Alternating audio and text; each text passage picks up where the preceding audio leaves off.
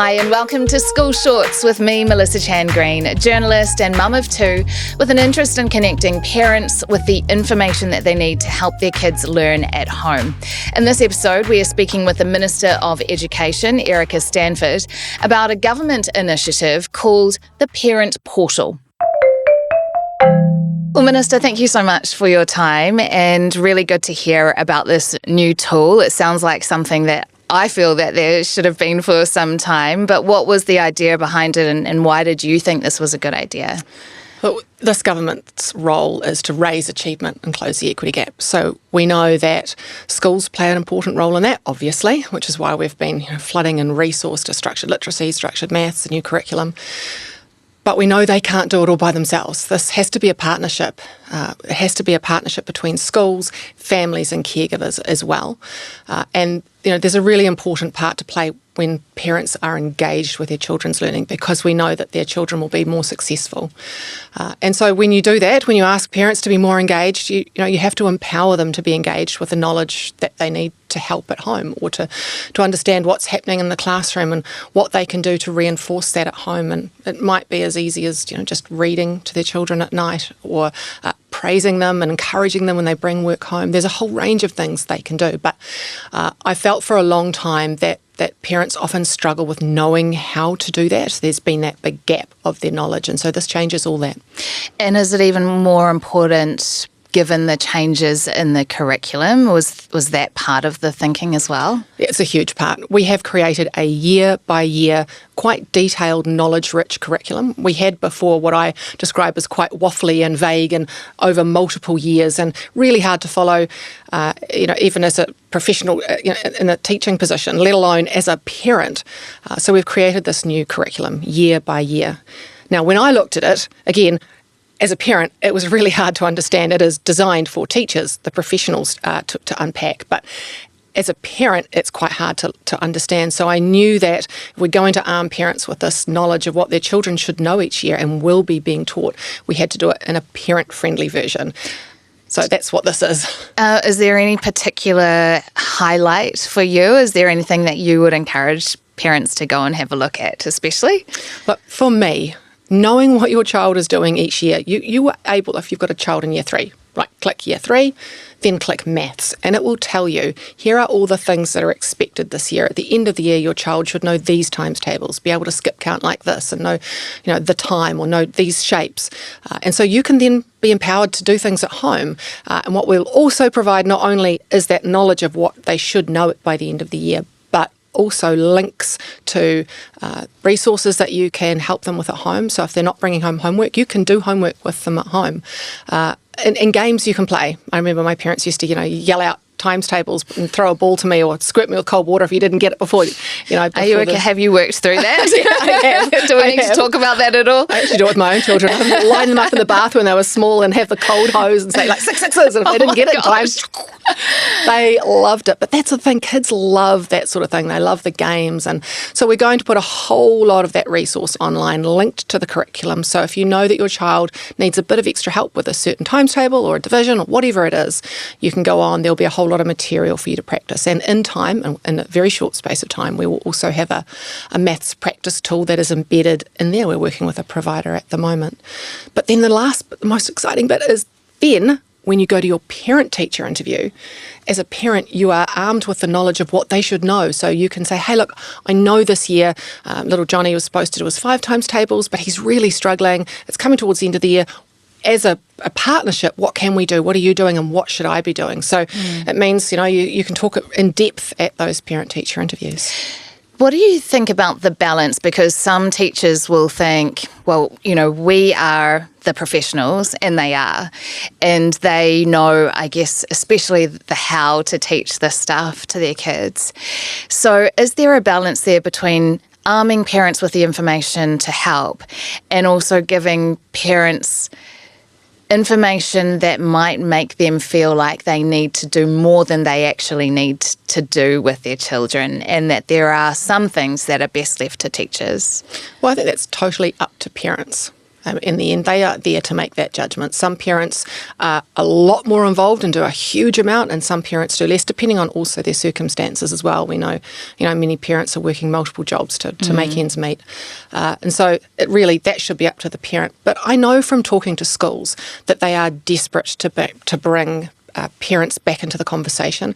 They want them to be more engaged. They want them to help at home. And I know that when we've shown the parent portal to schools, they have just been over the moon about it. They love it. And they'll be able to link it in their report cards or even weekly and say, hey, this week we've been working on X, Y, Z. If you'd like to do some extra things at home, don't forget to go to the parent portal because everything will be there. So the feedback we've had from schools has been really good. It's a huge undertaking what you're doing. I'm not just talking about this parent portal, but I'm talking about the whole rollout of a new curriculum for literacy and for maths. How do you feel it's going so far? I think it's going really well. I mean, I look back to a year ago compared to what is in our classrooms today, and it is massive change. I haven't gone out from the beginning and said, we're undertaking huge reform. We've just quietly gone about it. And all of the things that we knew we needed to do based on the data and evidence and research that shows how to lift achievement. And after just a term, we've only had one term of these things being in place for all schools. We're already seeing Aero telling us that it's having a huge impact. It's changing teacher practice, it's changing the outcomes for students, and it's gone down really well. And we've trained thousands of teachers in professional learning and development. We have flooded resource, so maths books, maths textbooks, maths workbooks. So parents will know now when they're in the classroom and they see those, either Prime, Pneumacon, Maths No Problem, or Oxford maths books. Those are the things we provided to the teachers to help support them teach this new curriculum. So it's been massive. There were 850,000 maths books we sent out in January. It was an absolutely monumental effort to get that all out, as well as the brand new curriculum. So I guess a big thank you that I have is to parents, but also to teachers and principals, because they have led this change. It's all very well for me to say, here's a new curriculum, but they've had to implement it, and man, they've done a really good job. Are there any big challenges that you feel are yet to tackle, or is there anything that keeps you awake at night thinking, oh, we've really got to get onto that, that's something that's important that we haven't yet got to? I think the biggest thing will be the assessment part, and we always knew that, and we have stepped it out slightly. We haven't put too much on at the beginning, although many schools are still saying, look, maths and literacy in the same year is tough, but boy, they're doing a good job of it. What we have done is put the assessment tool to next year. We have some existing assessment tools, but we are out for RFP at the moment, so a request for information about a new tool that will do everything that our existing tools do and more. And so we've already indicated that there will be a twice yearly, very light touch, low stakes assessment that will measure progress. So most likely at the beginning of term 2, end of term 3, and that will show you a child's progress. So as a parent, when you go into your parent-teacher interview, you will know this is what my child has achieved. This is where they're at against the curriculum, and these are the areas, the gaps or where they're excelling at. So they can also play their part. But that's the thing that's coming next year, and that's the one thing, I suppose, if it's anything keeping me awake, it's that, because we've got to have it out by the end of this year so teachers get some time to practice, understand how it works, and get familiar with it before we get it in place for next year. How can parents know that what one teacher is assessing as good in one school is the same as what another teacher will be assessing as good in another school down the road? And that's the problem that we've had for decades. And that's why the Education Review Office and now the Auditor General as well has come in and said we must have a single tool, or at least 2 tools that we can moderate across the system that tells us consistently how progress is tracking. Most of the countries we compare ourselves to have such a tool. We don't. We have a massive array of things, from teacher judgment through to there's a PACT tool, the PAT, which we'll all be familiar with. There's the ASTL government-owned tool. Then there's a range of other things. Now, teachers will still use all of those, but there must be one consistent, or 2, because we're going to have PAT and this new tool, those 2 consistent tools. So no matter where you go and look at progress, it's measured again with the same tool. And the tool will be computer adaptive. So it's not like, here's a test and you must either pass or fail. It will adapt to where the child is at. So it will show their individual progress against the different strands in maths, time, geometry, whatever it is. And so that's the thing that we've been missing, and the thing that we absolutely need. And the most important part for me, anyway, is the fact that it will show us whether or not things are working and where to put resource. So we already have the phonics check, for example, which is on the Parental at 20 weeks and 40 weeks. The results are already telling me I need to put more resourcing into those small group intervention teachers because there's more need. And these are, for those who are probably unfamiliar with those terms, those are groups of children who need additional support. Yeah, it right? used to be called reading recovery, but that was based on a teaching practice that doesn't, the science says doesn't work. And so we've changed it to structured literacy, but it's a similar type of thing. You'll see it in classrooms, 3 or 4 young people grouped around a table with a teacher who's giving them a much higher dose and additional help of structured literacy, sounding out the sounds.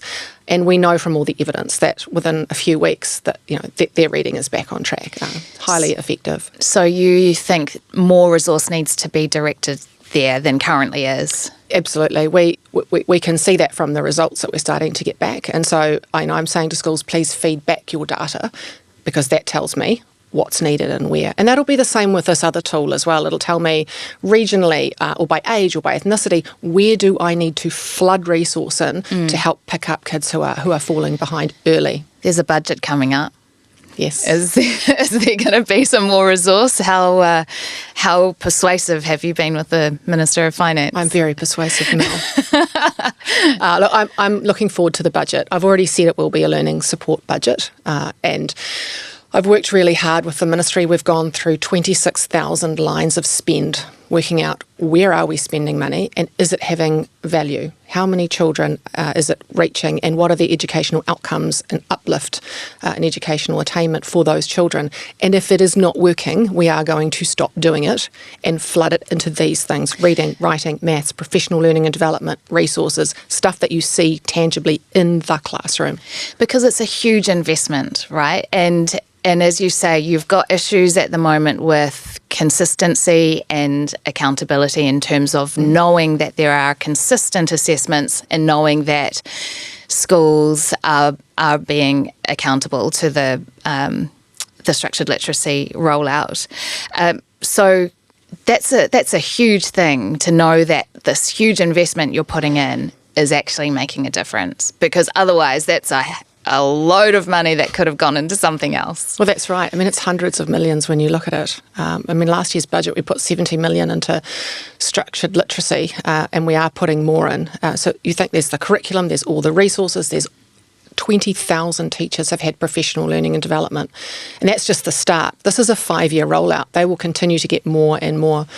So those books that parents will see, that they come home, the early readers, all of those. We're giving schools cash grants to buy different books if they want to, or the whiteboards they need, and a whole lot of flashcards. And so there's a huge amount that's gone in, and you're absolutely right. We have to be able to know if it's working. And so being able to track progress through that early phonics check by children sounding out words in front of the teacher, which is a 5-minute check, or their reading, writing and maths through this new tool will hugely help me every budget to know how much more resource to put in. The 20,000 teachers who've done the training, that means that there's still a lot of teachers who haven't and are in the pipeline to do that this year. For parents, though, what would you say to parents who are thinking, well, and because a lot of them have contacted me saying this structured literacy stuff sounds great, it is or will have an impact on my child. What would you say to parents then who are like, well, we're not sure if our school actually is doing structured literacy or not, because we're not sure if they've had the training. And so there's a lot of uncertainty out there around, is my child getting quality structured literacy compared to a school down the road? Yeah. We are rolling this out strategically. So we're doing years 0 to 3 first, and that is where structured literacy starts, obviously. It's that sounding out words and learning how to read in years 0, 1 and 2. We've trained all of our teachers now in those early years. And then we're rolling out that 4 to 6 this year, and we'll continue to do that. So everyone by the end of this year should be trained, but we know that all teachers should have been trained. We're keeping a really close tab on schools and teachers to make sure we're getting to everybody. So every child that turns up to school this year should be learning to read using structured literacy, because we have trained the teachers, we've got the free resources available. Look, there are some schools, we know that about half of schools were doing structured literacy in some way. Now, not all of them, the whole school, and all of them might have been one classroom in one school. But there were a lot of schools who were already doing it, and some who were doing an amazing job, have been doing it for 5 years. So there is a big difference at the moment, and that's why we're trying to make it more equitable and more consistent across the country. So, within the next few years, you will see an uplift, and so everybody doing it much better. But it is a big change for some teachers and some schools. Huge. And ERO officials, Education Review Office, they're, of course, kind of the eyes and ears of the ministry to say how this is going. Do they know what good looks like? They do, and I specifically asked them to keep an eye on me. I said, we don't want to just roll this out without anyone actually watching or checking what we're doing, watching the implementation and the impact in the classroom. Now, ERO are best placed to do that, Education Review Office. They've got people who go into classrooms, they watch teachers, they watch students learning, and so they've been out doing that. And their feedback so far has been really good. So yes, they do understand about the science of learning, structured literacy, and how and they've what had the best training looks like. too. They've got practitioners who have yes, and so they are experts. They're in classrooms looking at it, and it's so far. I can't remember. I've got a piece of paper I have to refer to because it's only just hot off the press. It's only just come in. It's the early findings of ERO's initial report, which will be out later this year. But already they've said 2/3 of teachers are changing their practices a lot. Half of teachers say structured literacy has improved a lot. They're teaching a lot, and 3/4 have said structured literacy has improved literacy for most learners, and that's only after one term. So that's a huge amount of change and positive feedback just after one term. So, and this will take 5 years. Yeah. The schools have already implemented it. Have said to me, Erica, look, good between 3 and 5 years to roll it out properly. And yeah, there is a kind of roadmap as to how this professional development goes, and it steps through 3 steps. 2028 is when it's talking about professional development, which means that there's improvement in the quality and consistency of teacher practice. I guess the only thing about that is that's a long time to get to talking about quality and consistency, don't you think? It's because it's a huge change, and that's all of the schools that I've been in have said it's taken them. They were never perfect after a year. It took a number of years to fully embed. It is like chalk and cheese what we're doing, and it doesn't sound like much when you talk about structured literacy. Oh, it's just sounding words out. It's much more than that. It's not just phonics. It is a way of teaching. It's explicitly teaching the whole class in a certain way. So when you watch it being taught, you've got all the children sitting in front of the teacher. The teacher will say this sound together. We all say it. Now you say it. Now I say it. Now we say it together. Now you individually say it. Now you. Now you. Now I want you to go and write on your board the sound. Now say it to the person next. It's very fast-paced. There's a lot of serve and return language back and forth. The children never know who's going to be called on, so they've got to be switched on. And they spiral. So they'll go and say today's sound tomorrow, and they'll say it for a few days, and they'll add a new sound. And so they're constantly revisiting. It is a completely new pedagogical approach to teaching, and so it's not something you can expect that will change really quickly. All the schools who do it well have said it has taken a few years to embed across their whole school. So we know that will be the case, and it's just not something that we can expect to be perfect from day one, as much as we are making sure we have got the very best providers. We were super picky when we went to the providers to help train our teachers. We chose 7, and they are the best. Is that because you think that structured literacy has to be done well for it to be successful? Is there such a bad thing as structured literacy done badly? Absolutely there is. Absolutely. Right. Because I say some people just think it's phonics, and they say things like, get rid of all your readers and it's all about moving letters around on the tape. It's not that at all. It is that explicit whole class teaching, that serve and return, it's the pace. But then it moves on out of phonics and it moves into spelling patterns. And I've been in classrooms where they've done this, and I was amazed. I said to a couple of the teachers, I never knew that was the spelling rule. I never got taught that. And the teachers are like, neither did we. Yeah. So it's amazing. And you've got these little kids saying words like grapheme and phoneme, and they know what that means. It's amazing. So, yeah, and then it goes into comprehension as well. So it goes all the way up. Yeah, I'll have my son, my 5-year-old, saying, Mum, words can't finish in V, that's why there's an E at the end. And it's like, well, I was always really good at spelling, but I don't think I understood things like that. I know a word doesn't finish with a V, but it's amazing the level of understanding they have because of the way it is being taught. And I think sitting in on some of that, those professional development courses myself, the stuff you're talking about there about the how of teaching, I didn't quite understand as a parent how involved that is and how much there is to it.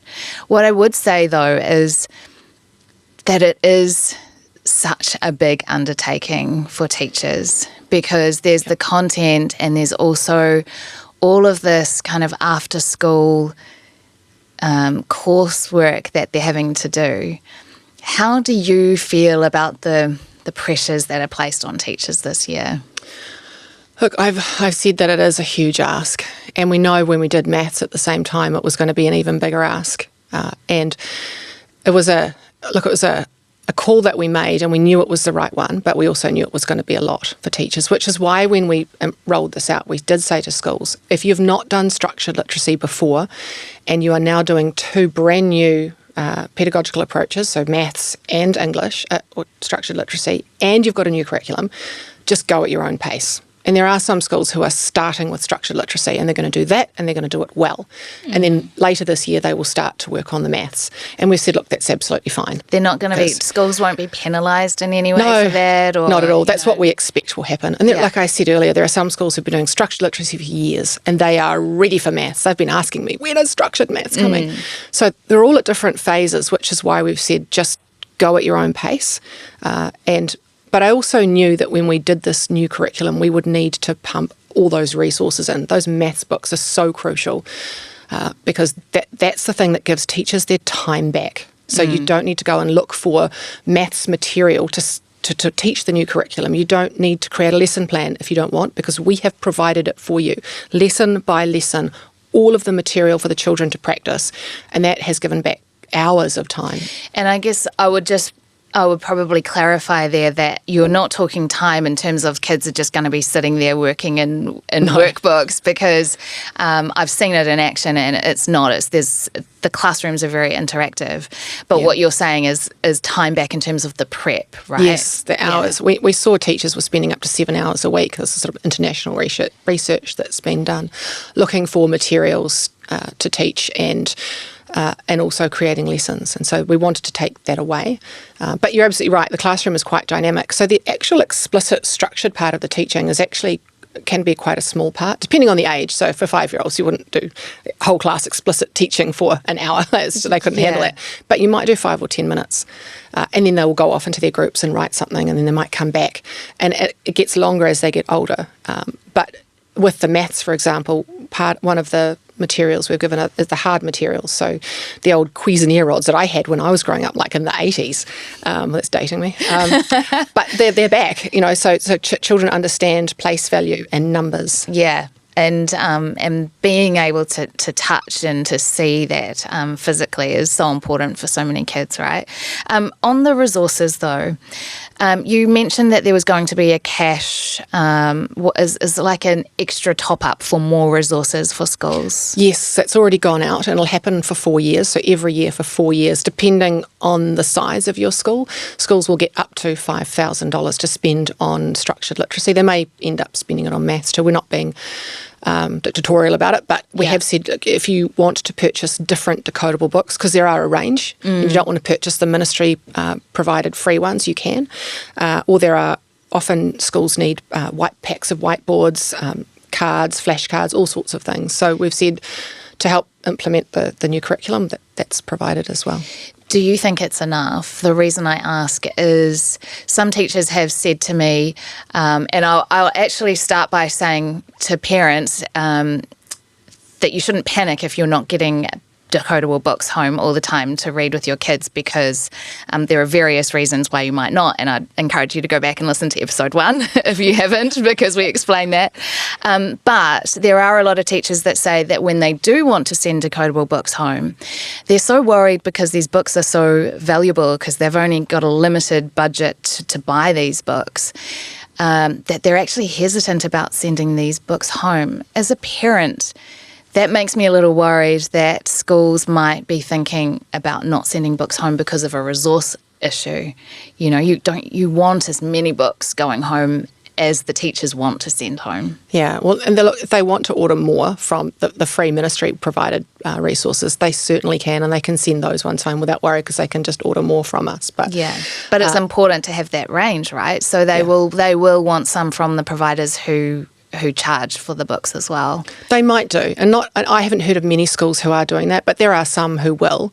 But they can always supplement that with our resource as well. But you also remember schools do have their own budget that they can use, and they have been. So many schools have been doing structured literacy, and good on them, have been using their own budget to spend on resources and on the professional learning and development and everything they need for many years. And so, again, that's why it's so important for us to now come in and make it freely available. So there are a range of things. So their own budgets, what we're giving them, plus freely available resources. But if that is a concern, we can always pick it up with them, because we want young people to be taking home books. In saying that, though, plug for the Parent Portal, we have put some of the decodable books online.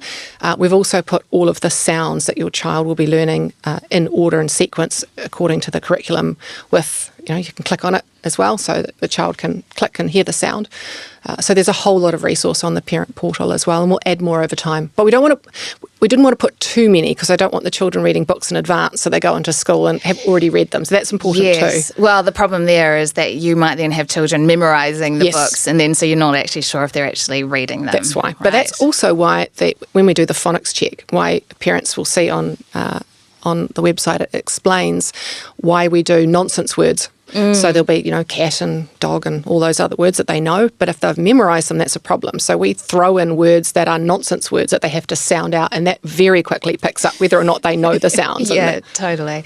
In terms of retaining teacher talent, handy that you're also wearing the Minister of Immigration hat. Are we losing many teachers overseas? The retention rates aren't actually bad at the moment. But I'm very aware of the fact that teachers, for a long time have felt that they're overworked.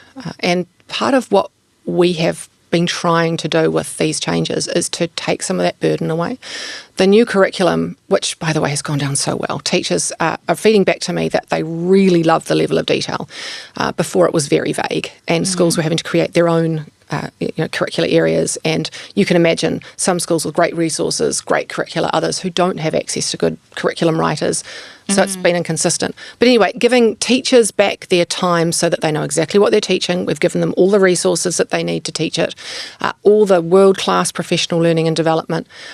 I want teachers to know that we have a world-class education system, and we are providing world-class and world-leading resources for them to try and give them some of that time back to take the pressure off. And I know that this year is tough as we're learning the new approaches, but over time, the purpose is to make life so much easier for them. There's, as well as the curriculum, I get contacted a lot by other providers of other kinds of programs in schools. And of course, all of these providers think that the thing that they're working on is the most important thing that should be in schools. And the problem is that quite often I feel that they are right. Like, these are very important other subjects that should be in schools. There is just such a wide array of things that we could be doing in schools, and that places a lot of pressure on school leaders, doesn't it, about how to manage all of that? There is a lot out there. It's the same with professional learning and development. There's this huge array of things in the past, which is why we're trying to be a little bit more strategic about the professional learning and development we do. And it's the same with the tools. We are trying to say, look, these are the tools that align to the curriculum. They are world leading, they are evidence-based, and we know from research that they will raise achievement. But you're right, there are other subject areas, and watch this space, because every time we roll out a new area, we will make sure we do a very similar thing. It's not okay to just throw a new curricular area at a teacher and say, good luck. We absolutely have to make sure we're resourcing it, and we'll have more to say in the next month or so about some of that. So. Okay, so do you mean like another subject? Because you've already announced financial literacy. Do you mean there will be other subject resourcing? Well, we have to refresh the entire curriculum. By the way, we'll never do this again. Refreshing the entire curriculum at once. We did it in 2007, and when I became the minister, we were doing it again. We're halfway through refreshing the entire curriculum at once. From here on in, we're going to just tweak them one by one as the years go by, which is what other countries do.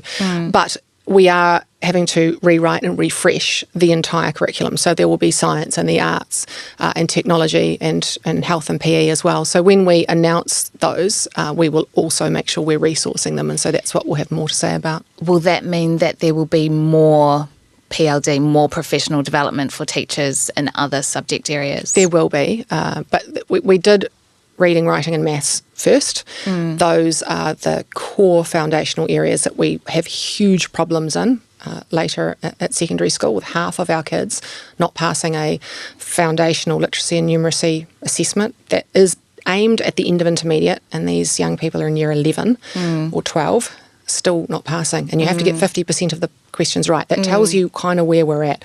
That's why we had that focus, and that is where we've put all the resource. What you will see over time, though, is that it's been tougher this year because it's a pedagogical shift to that whole class explicit teaching, and the way I was talking about before with the fast pace and the repetition. But that will be the same for every subject. So, you'll teach science explicitly, or for a small part, before they go away and do experiments and all the fun stuff. But that explicit teaching part will remain the same. And so getting to grips with the science of learning and explicit teaching and what that means will be easier over time, because it will follow the same pattern. Will that professional development for whatever new subject or new curriculum refresh that is coming, will that be before the end of this year? Will that begin before the end of this year? No. Okay. We will have them out, though. They'll all be written this year, and then teachers will be able to look at them next year and get to grips with them. So there's going to be a number, more than one. Yes, well, we've got, as you know, we've got health and PE coming, so that's refreshed. Sexuality guidelines are in that as well. Yes. We'll have information technology, science, and we'll have the arts as well. Then we've got social science, which is our financial literacy. Geography is supposed to be in there, and history as well. So there is a lot, but we are trying to make sure that we did the big chunky, probably the most difficult ones first, and so it'll be easier as we go along. Because do they still, and I imagine I know the answer to this, remain your priority? Because is there a danger that introducing those other subjects will dilute the priority and the prominence that you're giving on reading, writing and maths? It shouldn't do. We know that good literacy and numeracy help unlock those other areas. If you want to be a musician, you need good literacy to write songs, and mathematic ability is really integral in music as well. So they are complementary, but that's why we set the hour a day of reading, writing and maths. So that is our core focus. But we have said if you are there's always a way to teach maths and music, for example. We always knew that you were going to be a healthy campaigner for music in schools, right? Yes. Because it's your passion too. It is, and my senior advisor, the two of us, she's a concert pianist, I'm an old bassoonist. So Okay. Between the two of us, we do have a passion for that. Knowing you're obviously very committed to politics, but knowing what you know now about the teaching profession, would you want to be a teacher right now? Do you know what? One of my favourite things to do is be in classrooms, and I know what happens when I'm on school visits. We always run late because I am sitting down with children at tables, working with. I love it. I absolutely love it. Look, it is tough. But it is, I think, one of the most important professions. These teachers are literally changing lives every single day. They're inspiring young people. They're passing on knowledge. We all remember the amazing teacher that we had that inspired us to do that thing, to carry on, to feel good about ourselves and confident in our abilities. And so it is the most important profession. We will be supporting them more and more with all of the things we're doing. It is a huge ask. It is a period of change. But man, I tell you what, they're gripping it up. And I'll tell you something else. We are being watched. The rest of the world is watching. I've been up in the UK and I took the Secretary of Education with me. And so many other countries were coming up to her asking for our blueprints. They can see we're doing structured literacy. They can see the evidence in the science that we've been pumping out. And they are all wanting to follow us. So I think teachers and principals should feel extraordinarily proud right now. We are world leading. It's funny because my next question was going to be, well, it was going to say that actually a number of the people that listen to this podcast are tuning in from the US and from Australia and many other countries, but those are the two second biggest after listeners from New Zealand. So I wonder, what would you want to say to those listeners, particularly if they're listening and they are teachers that might be interested in coming to New Zealand? I would say welcome.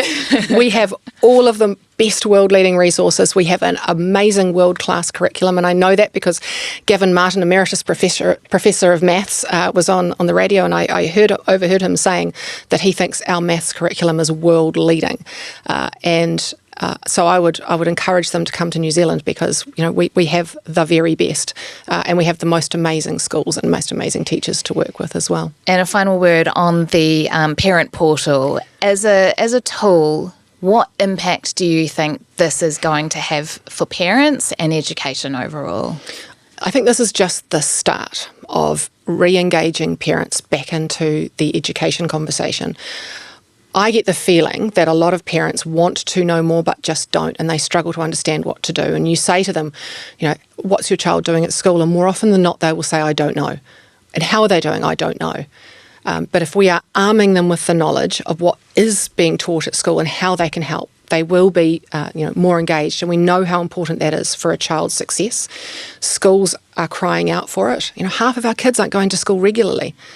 But if we can engage parents back in the conversation, show them the value, this is literally the best gift we can give to our kids, other than love, of course. After that, an amazing education. It will change their lives, and it is free, and it is world leading. And so we can bring parents back into that conversation, engage them in their child's learning, get them to help at home, whatever that is, even if it's just encouraging their young people and helping read at night. Great. Education Minister Erica Stanford, thank you so much. Really appreciate your time and for being so generous with your time on the podcast today. Very welcome. Thanks so much for tuning in today. If that topic was helpful for you and you'd like to hear more, please do like and subscribe. It sends me that feedback. School Shorts is all about supporting busy parents who want their children to thrive. Follow on social at School Shorts NZ for fun ideas, helpful resources, and exclusive giveaways.